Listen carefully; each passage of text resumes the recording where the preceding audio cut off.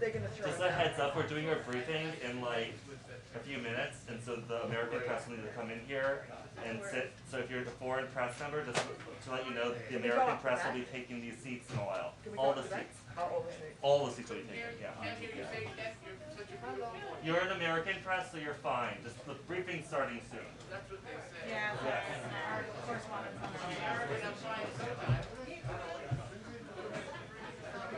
Are you good? Ready to go? Whenever we start? Yes, but you're like, you don't get to wait or anything. Okay, great.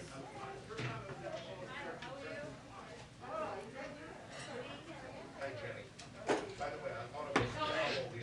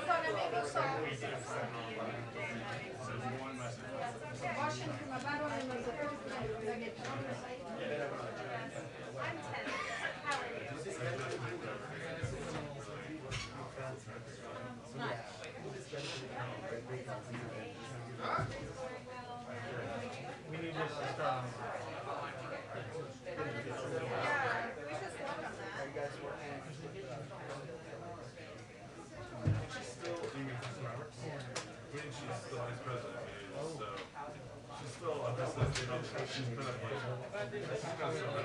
Oh yeah, not a lot of news. No, I mean just the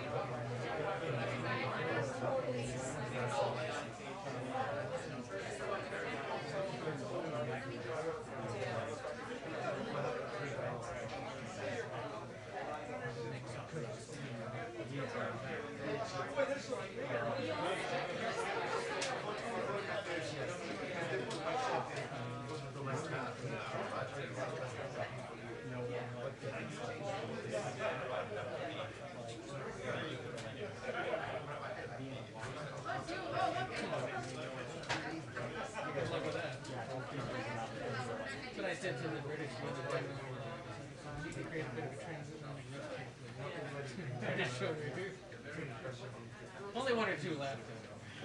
What did you think about Boris?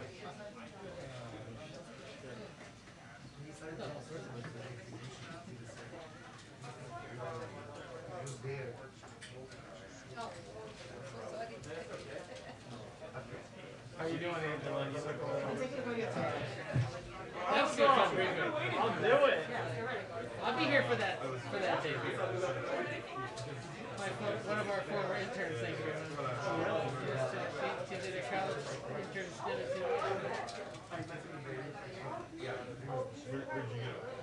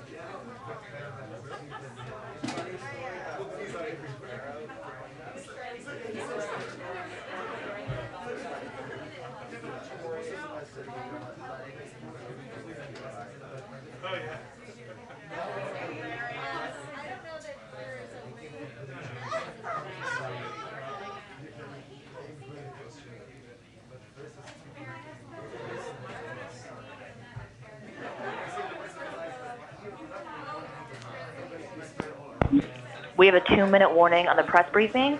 2-minute warning on the press briefing.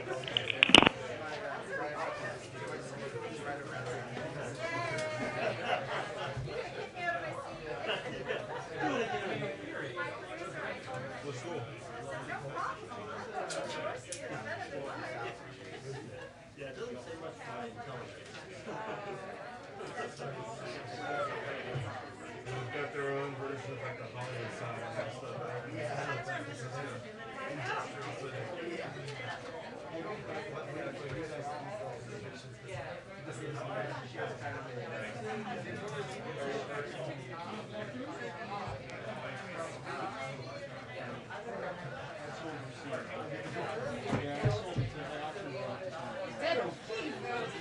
Seems they sold tickets to today.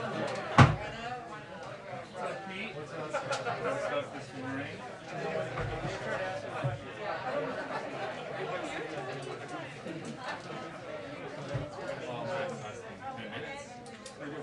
I noticed because I had to look around to see. Hey, which rarely happens anymore. But yes, it definitely is. Not our best. Really? Rachel from ABC. Rachel. Yeah, we definitely need to get Look, you got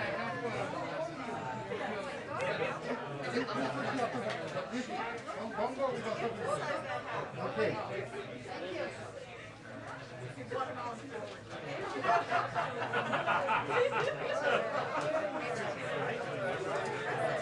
Thank you, Rachel.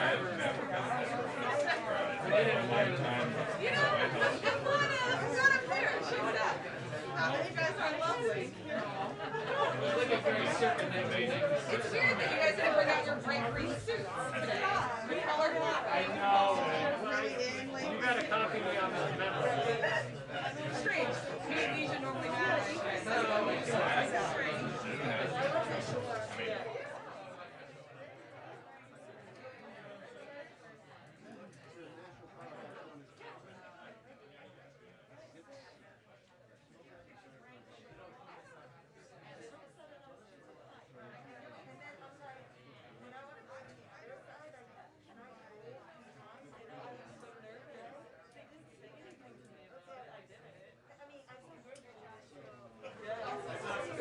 Hi, everyone. Okay. We're thrilled to have Secretary Mayorkas join us here today. He's going to be making some brief comments, providing you an update, and we'll take as many questions as we can. I would just be mindful of your colleagues so we can get around to as many as possible. With that, I'll turn it over to Secretary Mayorkas. Thank you very much, Jen. Good afternoon, everyone. Less than 1 week ago, there were approximately 15,000 migrants in Del Rio, Texas, the great majority of whom were Haitian nationals. This was the result of an unprecedented movement of a very large number of people traveling to a single point of the border within a matter of a few days. We responded with a surge of resources to address the humanitarian needs of the individuals, many of whom include families with young children. We also applied our months-long standard operating procedures at the border, which we have been applying to all migrants encountered at the border during this very challenging time of the COVID-19 pandemic. As of this morning, there are no longer any migrants in the camp underneath the Del Rio International Bridge. I will walk through what we have done, how we have done it, explain the processes, and provide data that you have requested. But first, I want to make one important point. In the midst of meeting these challenges, we, our entire nation, saw horrifying images that do not reflect who we are who we aspire to be or the integrity and values of our truly heroic personnel in the Department of Homeland Security. The investigation into what occurred has not yet concluded. We know that those images painfully conjured up the worst elements of our nation's ongoing battle against systemic racism.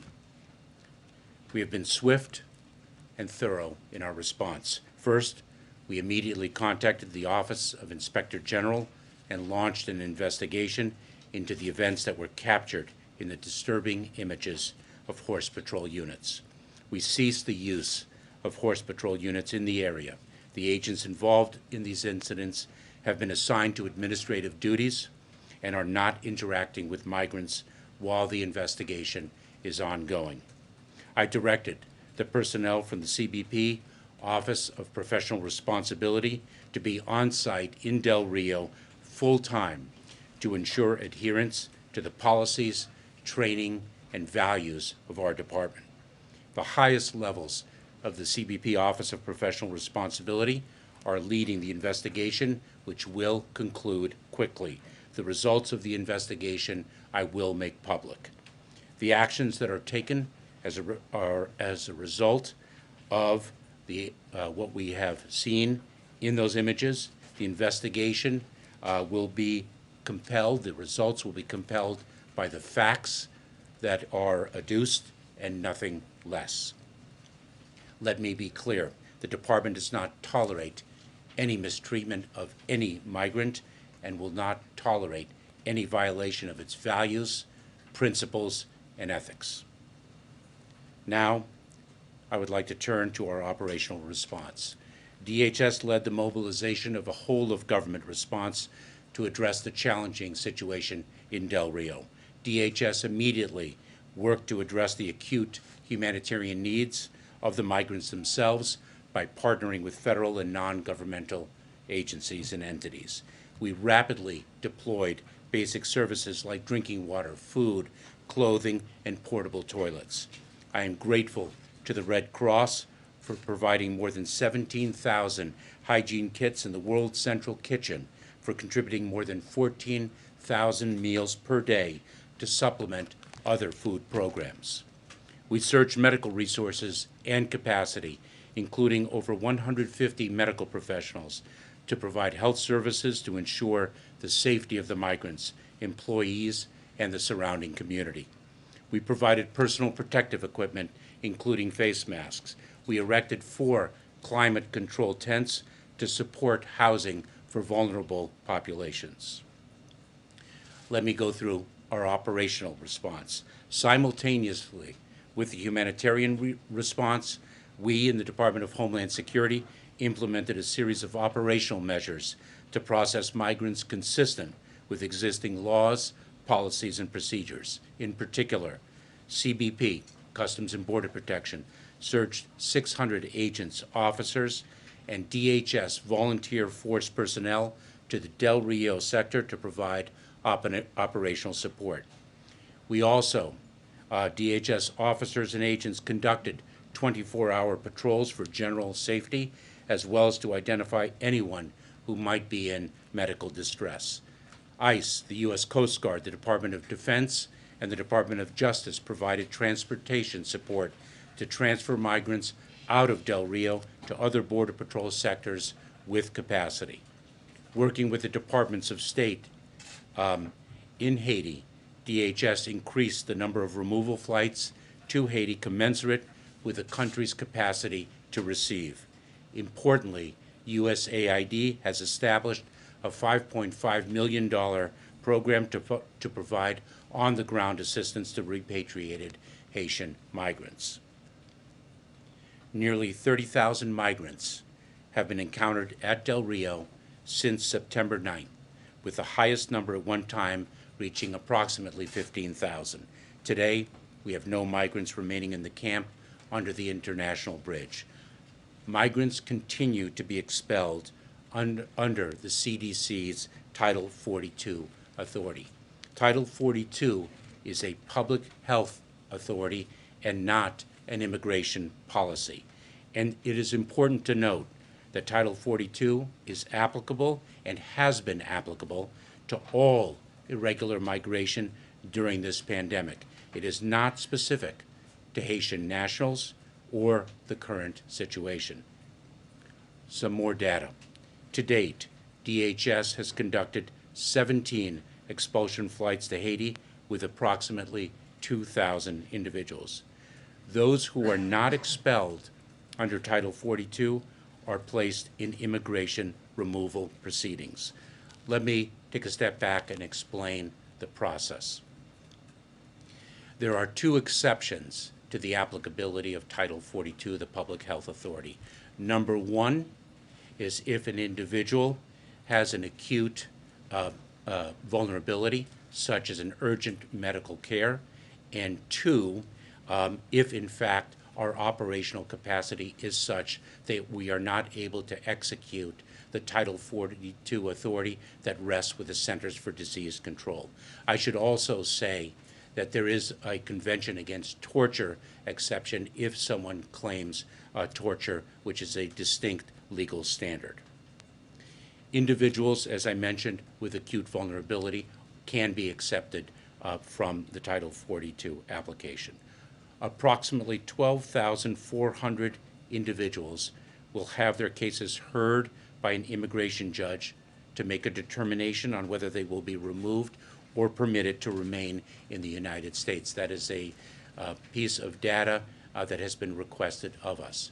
If someone is not subject to Title 42 expulsion for the three reasons that I explained: acute vulnerability, operational capacity limitations, or a Convention Against Torture exception, then the individual is placed in immigration proceedings. That means they go before an immigration judge in an immigration court. If they make a claim that they have a basis under law to remain in the United States, then the judge will hear and adjudicate that claim. If the judge determines that the claim is not valid, the individual will be removed.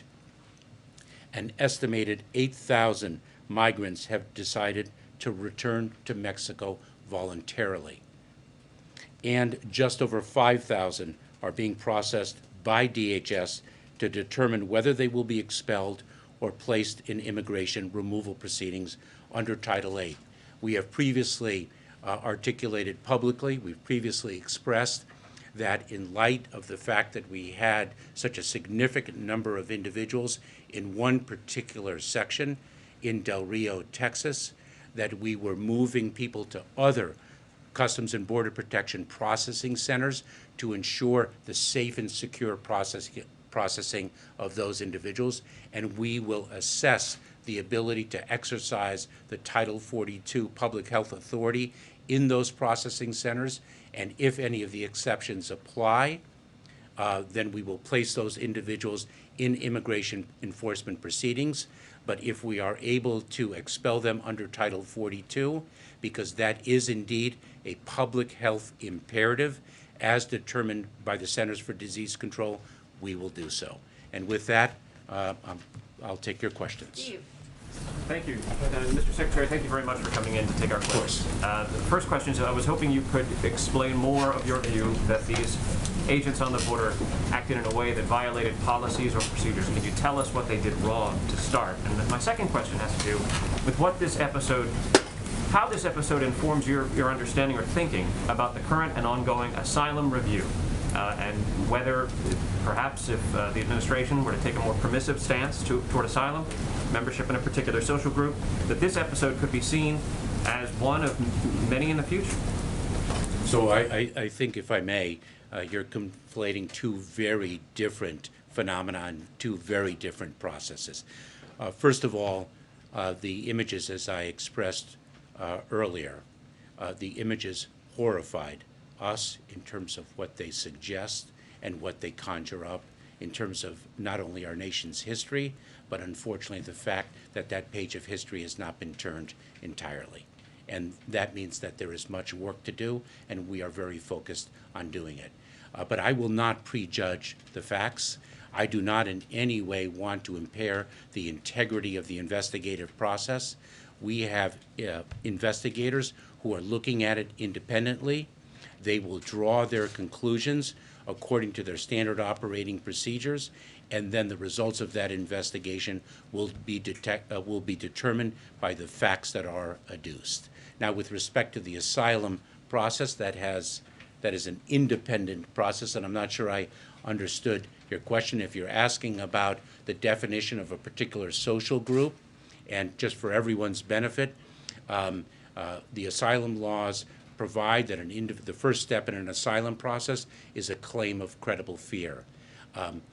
Economic need, flight from generalized violence does not qualify as credible fear, but rather credible fear is credible fear of persecution by reason of one's membership in a particular social group. What is the definition of a particular social group was significantly constrained, that's an understatement, in the Trump administration, and there is a body of law that speaks to that definition, and that definition is currently under review. Mr. Secretary, if I may, and forgive me for just the follow-up on this point. Yes. The question was, if this administration were to take a more permissive stance toward that definition, could this be what we've just experienced in the last several weeks, just the first of many similar instances to occur in this country on the border? What instance are you referring to? Well, we have 15,000 migrants that the United States government has had to now process, and so we determine the standards to apply in a claim of persecution according to the principles that a government should have, both domestically and in the international architecture, with the treatment of individuals who are fleeing persecution by reason of their membership in a particular social group. It is not a tool of deterrence to define what a particular social group means. Tam? Yeah, the people who, sorry, I'm here, hiding behind a mask.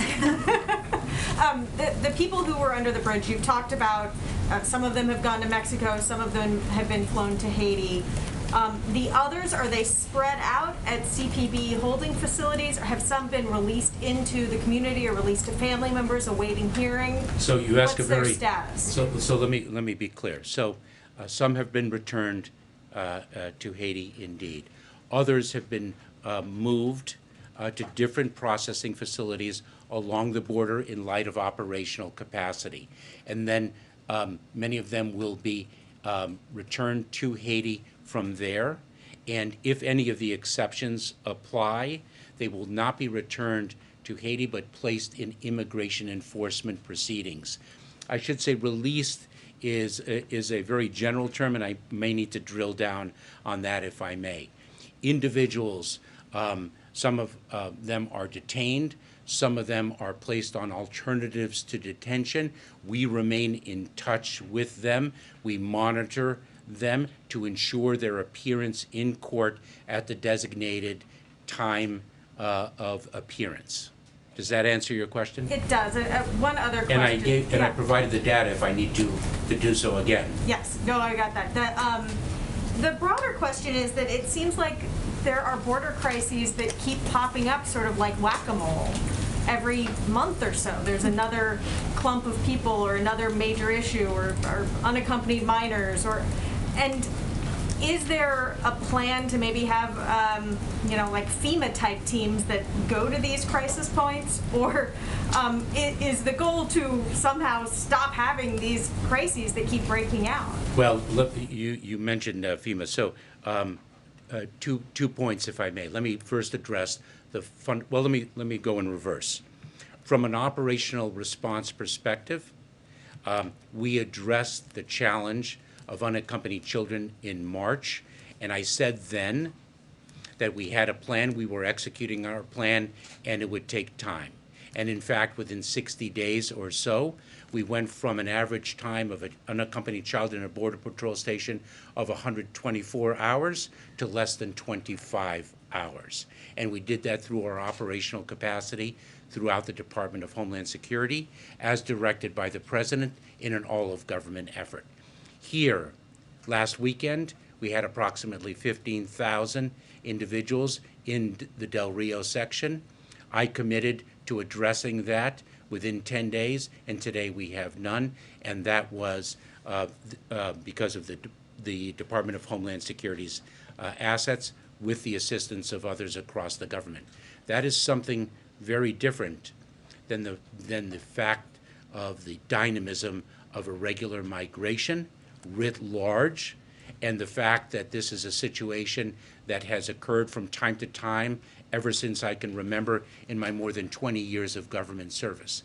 And the President has spoken very powerfully about this from day one and before he assumed office. First and foremost, and most fundamentally and foundationally, we are dealing with a broken immigration system, and we need legislative reform. And everyone agrees. In a world where unanimity is so difficult to achieve, there is one thing as to which there is unanimity, and that is the need for comprehensive immigration reform. And unfortunately, it seems to remain elusive, but our real dedication to achieving it is unrelenting, and we continue to do so. Number one. Number two, we have a three-part plan. We invest in the root causes to address the need, address the reason why people leave the homes in which they live and take a perilous journey that they should not take. Second, the building of safe, orderly, and humane pathways. And third, rebuilding an asylum system and a refugee program that were dismantled in the prior administration. This takes time, and we are executing our plans. Thank you, Mr. Secretary, and thank you for being here. I know we had suggested it'd be great to have you, so it's good to see you in the same week we made that request. Starting with the situation in Del Rio, the mounted units are temporarily suspended. Are you considering eliminating them altogether? So we're going to take a look. What we were focused on right now is addressing the urgency of the situation in Del Rio under that bridge. We are still getting through it. Remember, as I mentioned in response to the prior question, we still have operational needs across the border with respect to this particular population of individuals. But we're going to be taking a look at this. What the Horse Patrol is customarily used to do for everyone's benefit is, horses are able to cross terrain that might not otherwise be traversed. And what they often do, and in fact most often do, is assess a situation and actually assist in helping people in distress. And that horse patrol, the horse patrol that the Customs and Border Protection employs, the Border Patrol specifically, has actually saved lives many times before. But we will take a look. And just because yours is such a sprawling department, you face multiple issues at once. The situation regarding Afghan refugees that are being processed by your department. We've had a few questions on that haven't entirely been answered. I'm just curious if you know how many cases of forced marriage or so-called child brides has DHS found in the system so far? To my knowledge, we have not found one, but I will tell you that we have experts at the airport and beyond who understand that phenomenon very, very well, who know how to detect the indicia, the signs of any such activity, and are able to place people in secondary screening, discern the facts, and make the decisions that the facts so warrant. We are very skilled in that. Thank you, Mr. Secretary. I know you said you'd be looking into this, but the President was really clear today. He said those Border Patrol agents on horseback seen in those images will pay. He said it's dangerous. He says it's wrong. And he said there will be consequences. So do you disagree with that? Oh, no. I know the President was echoing the sentiments of the American public in response to the images and what those images suggest. But I want to speak to the fact that this investigation will be based on the facts that the investigators learn, and the results of the investigation will be driven by those facts and nothing less and nothing more. The President said that they would pay, so you guys are not on the same page on that. I think the President was speaking in terms of the horror that he observed from seeing the images and what they suggest.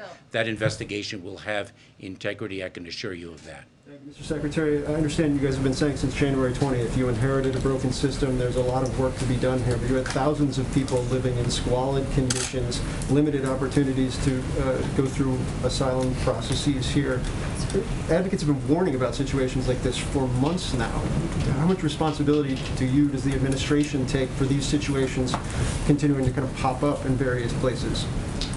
So if you're addressing the situation in Del Rio, I will tell you that it is unprecedented for us to see that number of people arrive in one discrete point along the border in such a compacted period of time. That is unprecedented. We have the chief of the Border Patrol, Raul Ortiz, is I think a 30-year veteran, and he has not seen that before.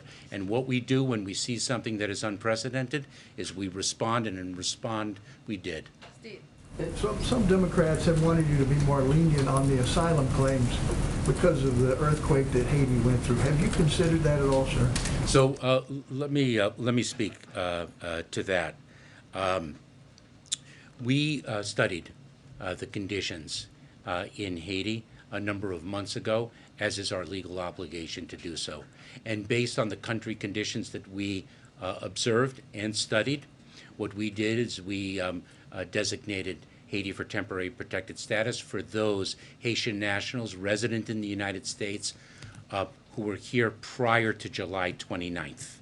And we were mindful of the assassination that occurred, and we were unsure of the results of that assassination in terms of the stability of the political order.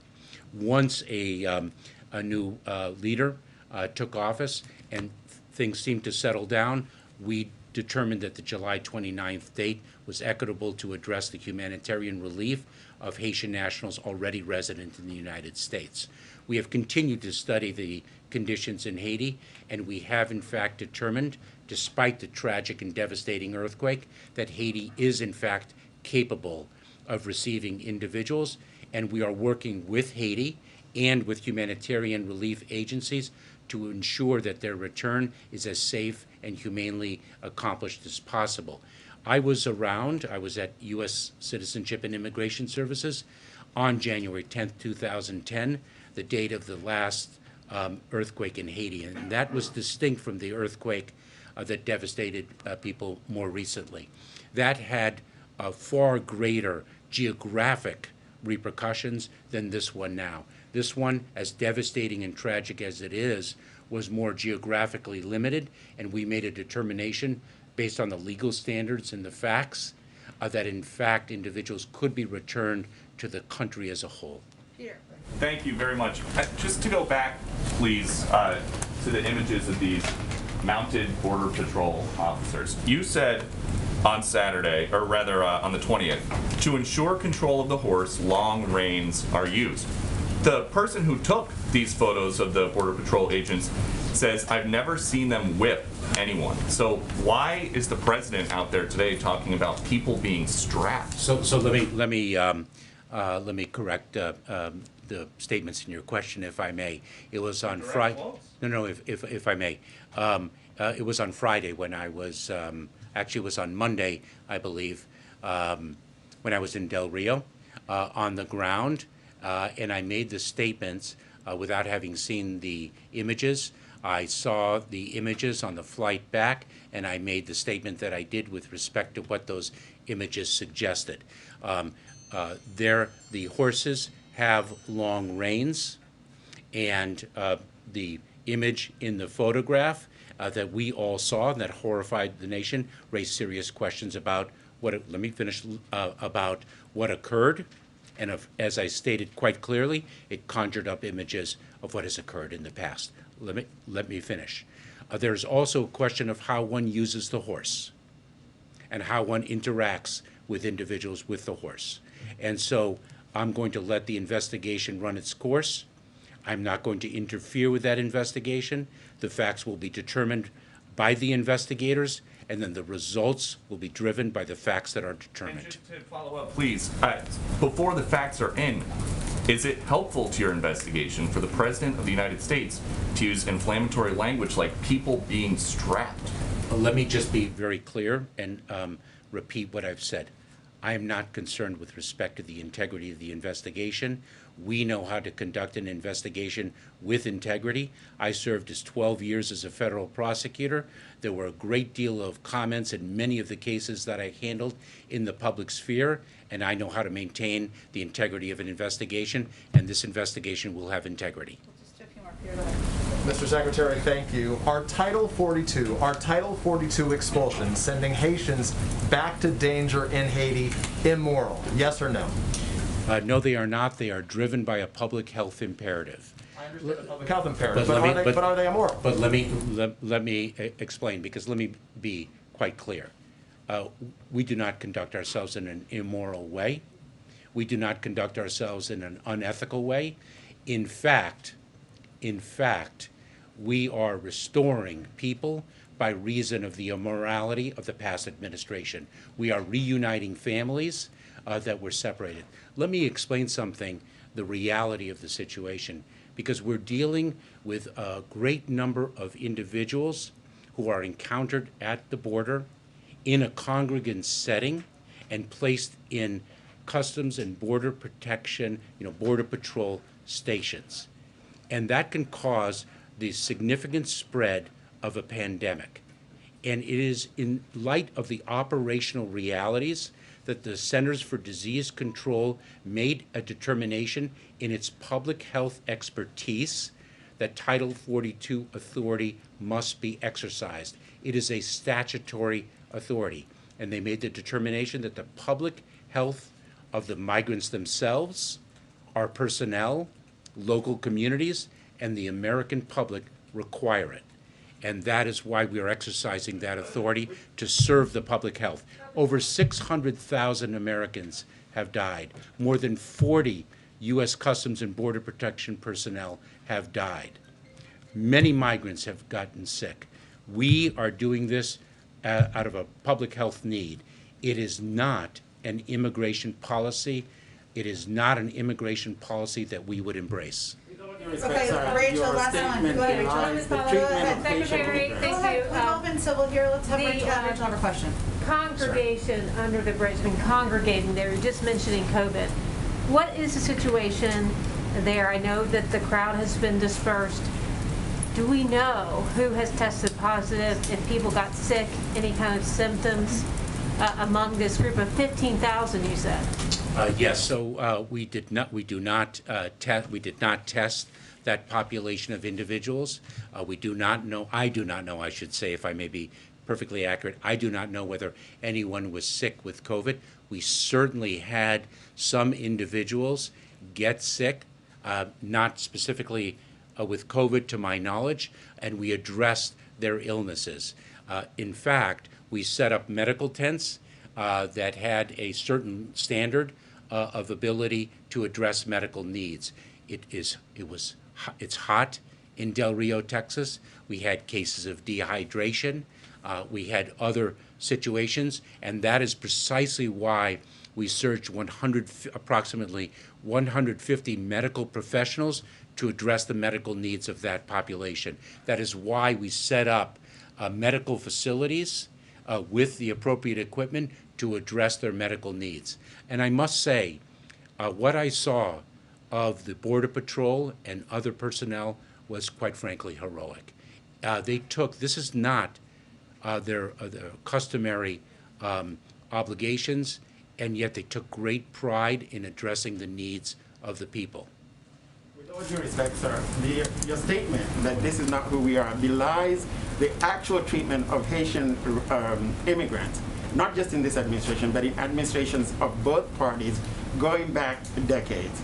And you seem to be distinguishing between violence and violence. What is the difference between the type of violence that Haitians are fleeing in Haiti and the type of devastation and other devastation that they're fleeing as compared to other immigrants and asylum seekers? Democrats, left and right, up and down, have been talking about the violence that people have been fleeing Central America and South America.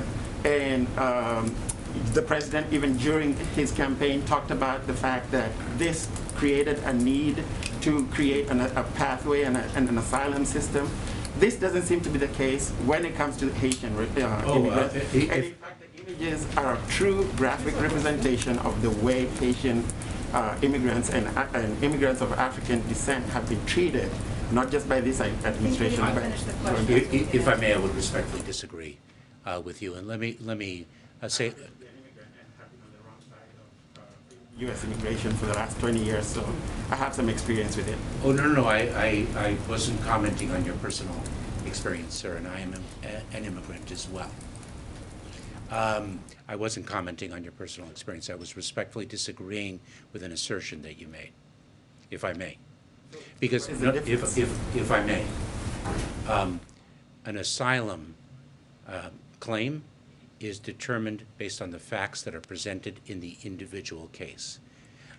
In fact, the Title 42 authority has been applied to irregular migration since the very beginning of this administration and before. And it has applied to individuals from Guatemala, Honduras, El Salvador, and other countries. It has been applied equally, and the exceptions that I cited have been the exceptions that have applied to all. There are 3 exceptions: the Convention Against Torture, acute vulnerabilities such as extreme medical needs, and operational capacity. Those are the 3 exceptions. Title 42 authority has been applied irrespective of the country of origin, irrespective of the race of the individual, irrespective of other criteria that don't belong in our adjudicative process, and we do not permit in our adjudicative process. Thank you, Secretary. The whipping, the whips, the horse whips. Sir, that is something that horrified us all. And you know, this morning I was on radio, and the interviewer said that it troubled very profoundly the Black and the African American community. And I said one thing, and this should be clear. Those are not the only communities that it horrified. Those are not the only communities that it concerned. Of course, that concern might be most acute given the history in this country and in other parts of the world. But all of America is horrified to see what those images suggest. Thank you so much, Secretary Mayorkas. Appreciate your time. He'll come back, I promise. I know there's lots of questions, but we have to let him go back to his job. Thank you, Secretary. Thank you all. Thank you. Thank you so much, Secretary Mayorkas. You're always invited. Open invitation. Okay. 2 items for all of you at the top. In addition, today the Treasury Department released data on the Emergency Rental Assistance Program, which shows that through the month of August, state and local ERA programs, emergency rental assistance programs, have distributed more than 1.4 million payments to households, totaling more than $7.7 billion to support the housing stability of vulnerable renters and landlords. So 420,000 households were served in August, an increase of about 24% since July. Over $2.3 billion in rental assistance was distributed in August, which represents roughly 3 times the amount spent in May. We expect distribution progress to continue, but even if this pace simply maintains, it would mean 3 million payments to renters in need and $16.7 billion in emergency rental assistance spending, which would have a very meaningful positive impact on 2021. And just quickly on the week ahead, throughout, we'll obviously have more to convey to all of you over the weekend, just to set expectations. But throughout next week, the President will continue to engage with members of Congress and congressional leadership on his Build Back Better agenda and the bipartisan infrastructure deal. They will also discuss passing the continuing resolution, providing disaster relief, and avoiding default. And on Wednesday, and we're obviously leaving some space to do exactly that, and on Wednesday, the President will travel to Chicago, Illinois, to highlight the importance of COVID-19 vaccine requirements for businesses. And again, we'll have more as the weekend proceeds. Josh, why don't you go ahead? Thanks, Jen. 2 questions. First, the Quads meeting here at the White House. The president said he doesn't want a new Cold War with China. And yet we've also seen cyber attacks. Businesses are reporting supply chain issues with their suppliers in China. What confidence does the administration and its allies have that China also does not want a new Cold War? Well, what we can speak to is what our intention is. And you heard the president convey clearly in his speech at the UN General Assembly earlier this week that our relationships with China, our approach to China, is one of competition and not one of conflict. I will say, as it relates to the Quad, which is, I think, ongoing unless it wrapped, and we'll have a robust readout for you with all the deliverables. But the focus of that is it's not a security meeting or a security apparatus. This is the focus of this group is on COVID, climate, emerging technology, and infrastructure, all areas where it's incredibly important to coordinate with key partners who are in the global community, including in that region. Understood. I guess I asked because the Australian PM said free democracy without saying China. But I guess the second area is Afghanistan, where we had this drone strike, and we now know that this was an aid worker. How did this happen? What does this tell us about our intelligence in Afghanistan? And what are the procedures for accountability going forward? Well, I know last Friday, the Defense Department did an extensive briefing on this and put out an extensive statement where they conveyed clearly that this was a horrible mistake, that this was a tragedy, as is the loss of civilian life in any occasion, and certainly in this case. There's also been, they also announced that they would look back at the CENTCOM review that they announced last week. So that is a process that would be ongoing and undergone at the Department of Defense. I would note, and I'm not sure if this was exactly your question, but some have asked about what it means for our over-the-horizon capabilities and capacities, and I don't know if that's what you were getting at. As we look to Afghanistan, as we look to preventing terrorists from threatening our partners or even threatening our homeland. One, of course, we watch that closely from our intelligence community. They do regular briefings, as you've seen on the Hill. But also, over-the-horizon capacity is not the same as steps that were taken, as it was in the case of this drone strike or the strike before it, where our troops are threatened on the ground and where immediate action needs to be taken in order to prevent or attempt to prevent their lives from being threatened. Obviously, this was a horrific mistake.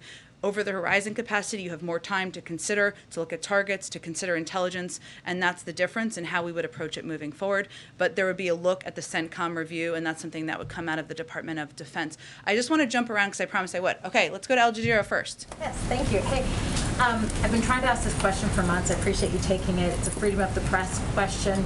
Members of the administration, you recently this week, have talked about the importance of journalism to democracy. The president also made a point of saying his presidency was different from his predecessor. So why is President Biden keeping the Trump-era charges against Julian Assange? Why is he allowing the prosecution from publishing the truth about human rights abuses in Iraq, Afghanistan, and Guantanamo? And does the president believe the ongoing detention of Assange is reasonable, even moral, given the transparency delivered and the greater good served? Well, I don't have anything new to say on Julian Assange, and I would point you to the Department of Justice on that. I would say, though, that we do think of ourselves, and we are approaching this from an entirely different approach of the last few years as it relates to freedom of the press. And I think the Department of Justice's actions as it relates to the prosecution of journalists, or how we're going to look at or go after records, something that the Attorney General made an announcement about, the President has spoken to, is very clear evidence of exactly that. See this as a freedom of press issue with respect to Assange? Again, I have nothing new to speak to on Julian Assange. This is something that I emailed you about months ago, so there's been time to I understand. discuss this. I understand. I still don't. I don't have a new comment from here. Go ahead. Don't want to touch this. I have one more. Sure. Go ahead. Months. Go ahead. Thank you. You know, we've talked about the images that the Al Jazeera footage exposed with respect to the horses along the border, the pain that conjures up for African Americans in this country. The president has condemned this, but you know, the president has also promised African Americans in this country that he had their back. Al Sharpton has said this week, we're being stabbed in the back, Mr. President, we need you to stop the stabbing from Haiti to Harlem. He's talking about the failure of the police reform bill. What does the president need to do to address this? What does he need to do more for the community? You said this week there's been the engagement with leaders, but does the president need to do more than that, and what should he be doing? Well, first I would say, since you referenced police reform, the president is absolutely frustrated that we haven't been able to move forward with police reform. He supported the efforts by negotiators on the Democratic side, on the Republican side, to try to find common ground. He also was frustrated that they they weren't able to move forward, despite the fact that there was agreement from even police organizations and others about what the path forward looked like. So he's incredibly frustrated. It requires Congress moving forward in order to have that kind of lasting impact. But the president has also been clear he's going to engage with advocates, engage with members, and also consider options like executive actions, which is something that we did not act on because we wanted to leave space for these negotiations to continue. African American voters feel recognized, that they are being seen, that they're being heard. I mean, bring it down to the layman level. You asked me specifically about police reform, so that's why I addressed that specific question.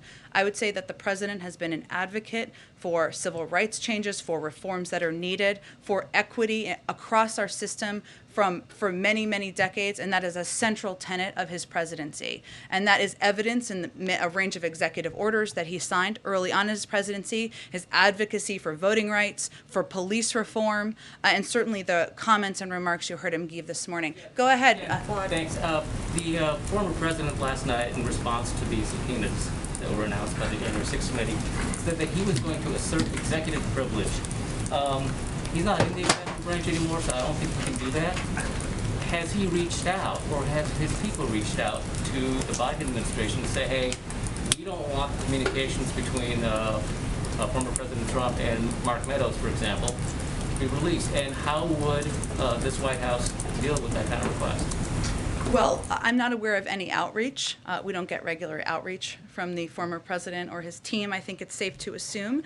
I would say that we take this matter incredibly seriously. The president has already concluded that it would not be appropriate to assert executive privilege. And so we will respond promptly to these questions as they arise, and certainly as they come up from Congress. And certainly we have been working closely with congressional committees and others as they work to get to the bottom of what happened on January 6th, an incredibly dark day in our democracy. Okay, let's go to Yahoo.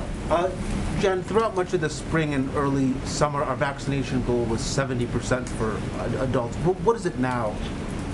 It's much higher than that. I'm happy to get the up-to-date to today data from the COVID team. I know it's over 75%. It's something that we see continue to climb. It's something that we've seen climb over the past several weeks as mandates have been put in place by companies, as there has been unfortunately a rising fear of Delta, as people have seen horrific images on television.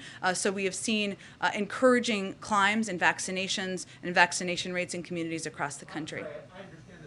What goal are we trying to hit? When will we know that we've succeeded in our vaccination? We're going to effort? try to get as many people in the country vaccinated as humanly possible. We're not going to put an end limit on that. It's a continuing work, a continuing top priority of this administration. Shelby, go ahead. Thanks.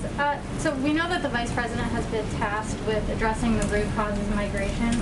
A Democratic congressman from Texas told CNN yesterday that the Vice President's trip to Mexico and Central America had no impact. So first, I'm wondering if the administration can just detail some tangible examples of the actions in addressing the root causes of migration that have had a tangible, an actual impact. And then secondly, what specific root causes is the Vice President currently addressing to help curb Haitian migration from places like Chile and Brazil? Well, I think as the Vice President and the President have both conveyed, this is going to be a long-term effort.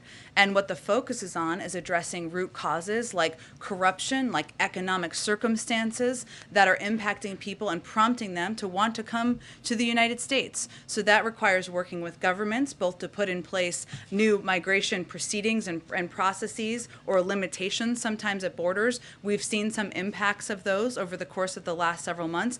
It also includes providing assistance Republicans and engaging closely with these leaders on what steps can be taken. And the Vice President has been deeply engaged in this. But again, as it relates to Haiti, as it relates to our broken immigration system, the clear step that needs to be taken is an immigration bill needs to pass Congress. It's a broken system, one that is ineffective, one that is not moral in many cases at this point in time. It's long overdue. There are a lot of Republicans out there giving speeches about how outraged they are about the situation at the border, not many who are putting forward solutions or steps that we could take. So we're a little tired of the speeches. We'd like to partner on solutions and working together to address this problem that has not been partisan in the past. Go ahead.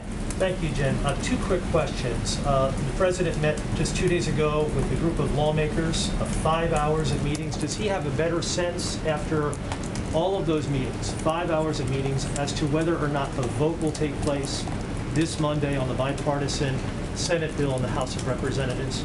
Well, our work did not stop after those 5 hours of meetings, and the President has always known that this would be a key inflection point, and we are certainly at one right at this moment, because while there is broad agreement on the need to lower costs for childcare, for elder care, for college, for preschool, the need to rebuild bridges and roads, the need to address the climate crisis, the need to have a more fair tax system. There are discussions about the size. Now, as the President said multiple times this morning, the package will cost $0. There are a range of revenue options that can cover whatever the cost of the package looks like. But these are important discussions that need to be had. We know that there are differences of opinion among members of our own party, and we're still at work at it. And our team was still at work yesterday. I will say, as it relates to the next steps here, we want to win the vote when it happens. That's our objective. The second question has to do with COVID protocols that exist in the West Wing in particular. Sure.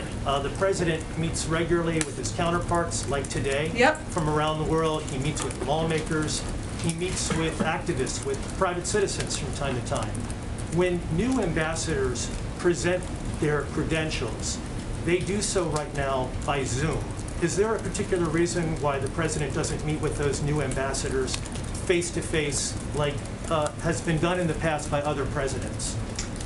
I know he's eager to do that in the future. I don't have any more information or prediction of when that may happen, but certainly something he looks forward to doing, and he respects and values the role of ambassadors who are serving around the world. So is there a particular reason why he's not doing that right now, why he's doing it by Zoom? It's not a COVID reason, but I'm happy to check if there's a plan for welcoming ambassadors in person anytime soon. Chris, do you have a question? I don't want to put you on the spot. Or Chris may not. Ann, go ahead. Sorry. Okay.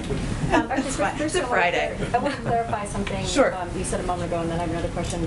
When you say that the President has determined that it's not appropriate to assert executive privilege in the January 6 documents matter, is that a blanket statement, or are you going to evaluate the requests from the investigating group as they come in one by one with an eye to not asserting executive privilege? And it's an eye to not asserting executive privilege, Ann. And obviously, some of this is predicting what we don't know yet, but that is certainly his overarching view. Is there something that you wouldn't turn over that you can think of? I don't think I'm going to get ahead of a hypothetical, but that is what's important for people to know and understand, is that's the principle through which we're approaching this. Okay. And then separately, on the potential government shutdown, has there been any determination or thought put yet to what happens to ongoing COVID-related work during a potential shutdown? I'm thinking of potentially like the Department of Labor working on their mandate ideas. So we obviously want to do everything we can to avoid a government shutdown. I can tell you that as it relates to exemptions, our expectation is, because it's public health work, is that the vast majority of work on COVID would be exempted. But I think it's safe to say that even with that being the case, that having the government shut down and having the impact on systems, on processes, on personnel is not ideal. And more than not ideal would be challenging as we're facing a pandemic, as we're working to get a lot of programs funding out to people across the country, which is why we're focused on avoiding it. Go ahead, Patsy. Thank you, Jen. I have two questions on the Quad Summit and an apology to Ann for cutting in line. So on. Oh, it's okay. We tried to call in Chris, but it's okay. Go ahead. President Biden said that the Quad is on track to produce 1 billion doses of vaccine by the end of 2022. I believe it's produced and not delivered. And then also on the doses already pledged, the initial 500 million doses announced in June, that's 200 million delivered by end of 2021, the rest by mid-2022, and then the latest 500 million announced delivered by the end of the next year. So first, can you confirm if I have that timeline right? Second, can the world wait that long, especially if the goal to end the pandemic is by end of 2022? That delivery timeline does not seem to support that.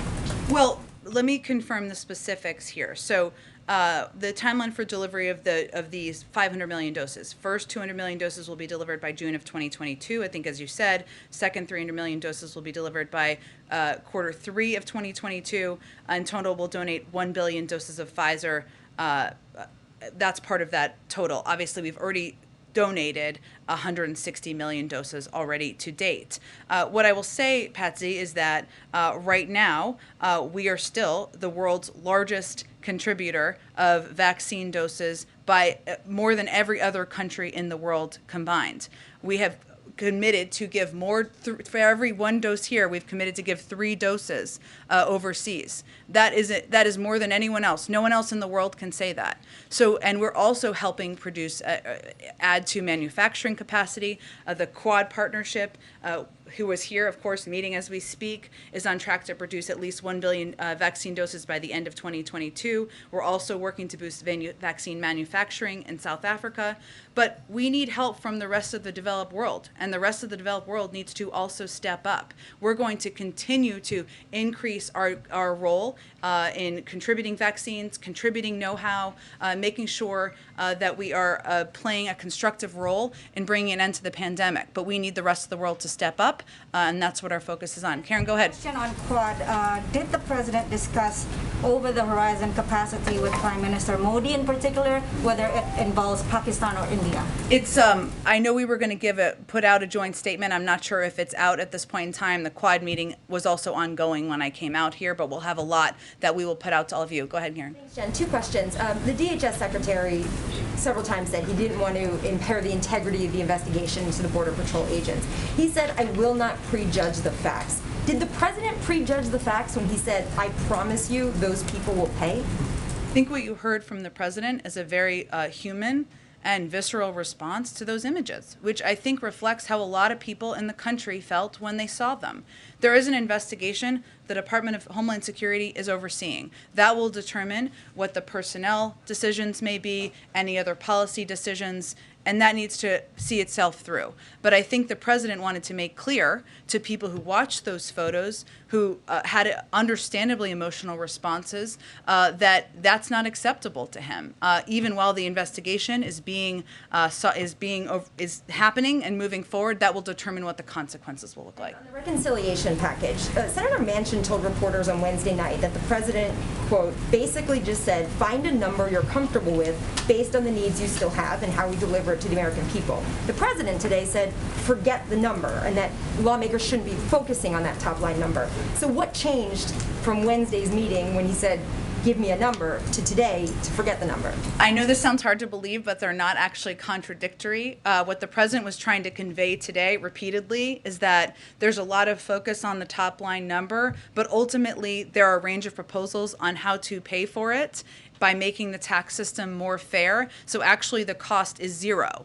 That was the point he was making. So, and that's why he's been so focused on telling the story of the substance. And as it relates to Senator Manchin or anyone else who may have different points of view, and we welcome that in the Democratic Party, of course, in democracy, yes, part of this is a disagreement or discussion, I should say, about what the size of the package, what the top line, even though it's going to be paid for and will cost 0, will look like. So both things are true. Go ahead. When you talk to the president, what's his approach at this point in time with his domestic agenda? And the reason I ask that is because there have been moments, particularly with COVID relief, where he was basically like, I need this and I need this now to lawmakers. Lawmakers I spoke to and met with them on Wednesday were very clear. He was soliciting information. What are you looking at? What do you need? What's important to you? When does he hit the moment of, all right, I need this now? Like, we need to get this done. This is my red line. We're moving. Well, I talked to the president about this morning. His view is that this is a process, and he understands and has lived through many of these processes in the past. And his approach is you have to listen, you have to hear people out, you have to answer their questions. And yes, at a certain point, you need to forge a path forward and look to unify a range of viewpoints on wherever there may be some marginal disagreements. We're in the middle of that inflection point now. And the next several days, weeks are going to be pivotal in that. There's no question about it. But he also understands and has been through enough of these processes before to know that he needs to listen, he needs to be a partner with members, and he's ready to pick up the phone, invite people down, COVID-friendly snacks, as I said the other day, to play a constructive role in that. He also knows that sometimes those conversations need to happen at a staff level, a senior staff level, or senior staff to member level, or staff to committee level. He knows of all people how this process works, and he's just evaluating hour by hour how he can be the most constructive in unifying a path forward. Go ahead. Just one other question. What, if any, comment does the White House have on the apparent results of the new GOP-backed review of ballots in Maricopa County? The draft report appears to show the president earned 99 more votes, the former president 261 fewer. It confirmed what we have all known for some time, and what millions and millions of people in the country know. And with Republicans pushing for similar reviews in Texas, Wisconsin, Pennsylvania, is there anything the federal government or the White House can do to address that, given that members of your party are concerned about this ongoing attempt or actual review of ballots? That's a good question, Ed. I'll have to check and see if there's anything substantively, which is I think what you're asking me, that we would have the power to do in this case. Go ahead. Thank you, Jen. Two topics really quick. First, the president has said, and you have tweeted, that allegations of wrongdoing based on files pulled from Hunter Biden's laptop are Russian disinformation. There is a new book by a Politico reporter that finds some of the files on there are genuine. Is the White House still going with Russian disinformation? I think it's broadly known and widely known, Peter, that there was a broad range of Russian disinformation back in 2020. Okay. Moving on to the border. Following up on a question from earlier in the week, why hasn't President Biden ever visited the southern border? What would you like him to do at the southern border, and what impact do you think that would have on the policies? Why doesn't he want to go? I don't think it's an issue of wanting to go. I think it's an issue of what's most constructive to address what we see as a challenging situation at the border and a broken immigration system. And his view is the most constructive role we can play is by helping to push immigration reform forward, helping reform the broken policies of the last several years, and listening to his team of advisors who have been to the border multiple times about what the path forward should look like. So why is this the one crisis then that he thinks he can manage better from here without having seen it than going to the southern border and I seeing can it? assure you the president is well aware of what the challenges are in our broken immigration system, something he watched closely over the last 4 years. Okay, go ahead, Steve. Just to put a fine point on your answer to Karen's question, Sure. I'm sure that the union officials and lawyers who will be representing these agents are want to know. Is it your view or the White House's position that what the president said this morning is not legally operative with respect to consequences and these people paying? It was simply his personal view and not representative of actions that the government will take? The president was not prejudging the outcome of an investigation either. The president was responding from his heart and responding to seeing horrific photos that we have seen over the last several days. He is the head of the executive branch. The Constitution vests him with the authority in Article 2. You're saying that what he said will not necessarily be the outcome? Again, there's an investigation that's ongoing. I don't know that anyone saw those photos and didn't have a similar reaction to the president's, and that was what it was a reflection of. Go ahead. Thank you, Jen. As you know, Afghanistan's situation is still bad and lack of food in Afghanistan. I don't know that the United States has any plan for humanitarian help and assist with Afghan people. We actually do. So I would say the Department of Treasury actually today announced 2 general licenses to allow humanitarian aid to continue to flow in Afghanistan despite U.S. sanctions. And Our priority is, of course, ensuring that 100% of humanitarian assistance goes directly to independent organizations like UN agencies and NGOs who can provide vulnerable Afghans with critically needed food, emergency health needs, including COVID-19, and other urgently needed humanitarian relief. So all funds are directly closely vetted through local and international partners. This is one of the reasons we've been focused on getting the airport up and running, and these NGOs and UN agencies are experienced in working in challenging environments to get the food and assistance to exactly the right people. Go ahead. Okay, last one. And then, sorry, last two. Go ahead. Quickly, Nancy Pelosi said, as we've noted, that there's going to be a vote. They hope to pass both the bipartisan infrastructure bill and the social safety net multi-trillion-dollar bill, with details still to be ironed out. What is the political risk for Democrats if that does not pass on Monday? We want, when the vote happens, we want to win the vote. That's what our focus is on. We'll let leadership determine the next steps beyond that. Understanding that, but recognizing, as we've heard from some progressives, that they may have as many as 90+ votes who would oppose this right now if there isn't passage by the Senate on the social safety net bill. What's at risk? This is ultimately what the president ran on, that he could get these things done. So what is the risk in terms of the motivating factor for Democrats? Our objective is for when the vote is called for us to be able to win the vote. So I don't think that's a point we're planning for at this point in time. All right. Oh, Rachel, last one. Just one quick question on the January 6th election in Congress. We know he sent out those subpoenas to Trump's inner circle. Congressman Adam Schiff said that he would ask the Justice Department to enforce those subpoenas if necessary. Does the administration and the White House support that? Well, I know that they've been called to appear in October, I believe, if I saw in reporting. So in our view, it would be premature to discuss either point, discuss this, I should say, or speak to it, because the subpoenas have just been issued, and we haven't seen their response quite yet. Thanks so much, everyone. Have a great weekend.